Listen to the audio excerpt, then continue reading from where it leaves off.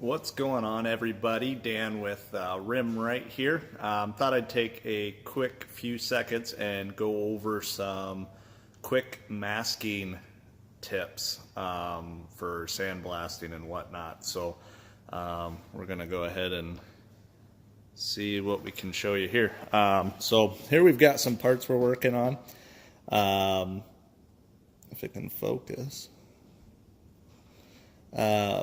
Right here is a kind of a bell housing cover for, actually it's for a cigarette boat that's got dual engines over 1100 horsepower in each motor, but we're currently taping up all of the milled surfaces that need to be perfectly clean and flat to make a good seal when they bolt it back together. So what we're actually using is Gorilla tape.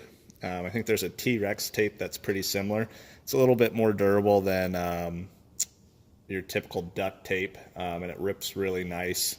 But we'll go through this and tape off all these flanges all the way around, and then we'll come back with a really sharp blade and trim it right up to the edge, which allows you to blast on the inside and the outside. If you have the tape here, it'll sometimes get in the way, and when you peel the tape off, you'll find that it's not completely clean and blasted. This one we actually had to stop on.